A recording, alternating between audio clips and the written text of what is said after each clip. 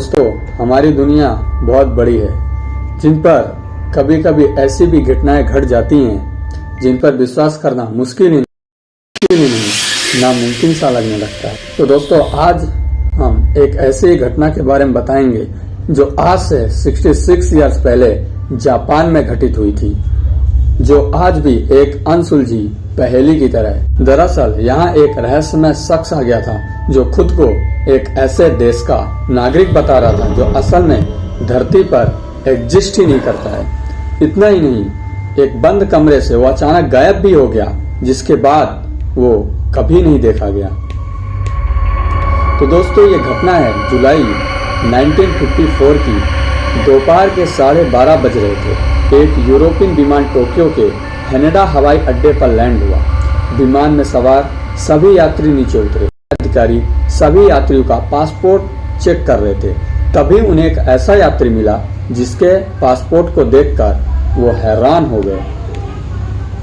यात्री के पासपोर्ट पर टोरेट नाम के एक देश का नाम लिखा हुआ था।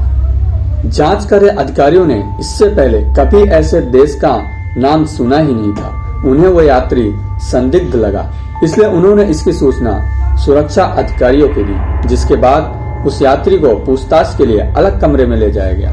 अधिकारियों ने सबसे पहले तो उससे जापान आने का कारण पूछा। इस पर उसने बताया कि वो एक बिजनेसमैन है, जो कि वो जापान एक बिजनेस सिलसिले में आया हुआ है। सुरक्षा अधिकारियों ने उस रहस्यमय यात्री के पासपोर्ट की जांच की, जिस पर उसके देश का नाम टोरेट लिखा था। उन्हें भी बड़ा आश्चर्य हुआ, क्या सच में ऐसा कोई देश है? अधिकारियों के पूछने पर उसने बताया ये कोई उसकी पहली यात्रा नहीं है, बल्कि वो यूरोप के कई देशों में भी जा चुका है। अधिकारियों के उसकी बात सुनकर बड़ा आश्चर्य हुआ, क्योंकि उसके पासपोर्ट पर अन्य देशों के जो मुहर लगे हुए थे वो बिल्कुल असली थे। फिर भी वो इस बात को मानने को कतई तैयार नहीं थे कि जिस देश का वह यात्री है असल में धरती पर कहीं है। सुरक्षा अधिकारियों ने यह जानने के लिए कि टोरेट आखिर धरती पर है कहाँ, उस यात्री को दुनिया का मैप दिखाया और पूछा कि उसका देश कहाँ है। इस पर उस यात्री ने अंडोरा नाम के देश पर उंगली रखते हुए कहा कि यह उसका देश है, लेकिन उसे ये समझ नहीं आ रहा है कि टोरेट की जगह अंडोरा क्यों लिखा हुआ है। यह सुनकर अधिकारी और भी ज्यादा हैरान हो गए कि आखिर ये शख्स खुद को एक काल्पनिक देश का क्यों बता रहा है। लेकिन उसके पासपोर्ट, वीजा और अन्य दस्तावेजों को देखकर लग रहा था कि वो सच बोल रहा है। अब वो रहस्यमय यात्री सच बोल रहा है या झूठ, यह जानने के सिलसिले में किससे मिलने आया था। अधिकारियों के पूछने पर उसने उस कंपनी का नाम बताया जहां उसे जाना था, साथ ही उस होटल के बारे में भी बताया जहां उसे ठहरना था। इसके बाद अधिकारियों ने कंपनी और होटल से संपर्क किया, लेकिन उन्होंने ऐसे किसी भी व्यक्ति को पहचानने से इनकार कर दिया।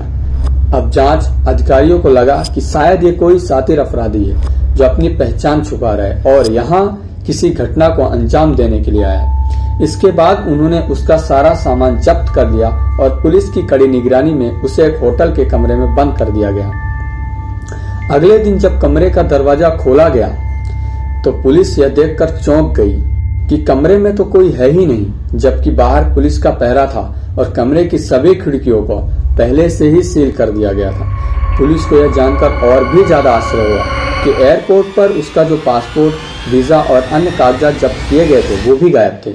अब किसी को यह समझ में नहीं आ रहा था कि आखिर ये हुआ क्या। सोशल मीडिया पर इस घटना को लेकर कई कहानियां प्रचलित है। कोई कहता है कि वो रहस्यमय शख्स दूसरी दुनिया से आया था, तो कोई कहता है कि टाइम मशीन के जरिए गलती से यहाँ आ गया होगा और जब उसने देखा कि उसका राज खुलने वाला है तो कहीं गायब हो गया।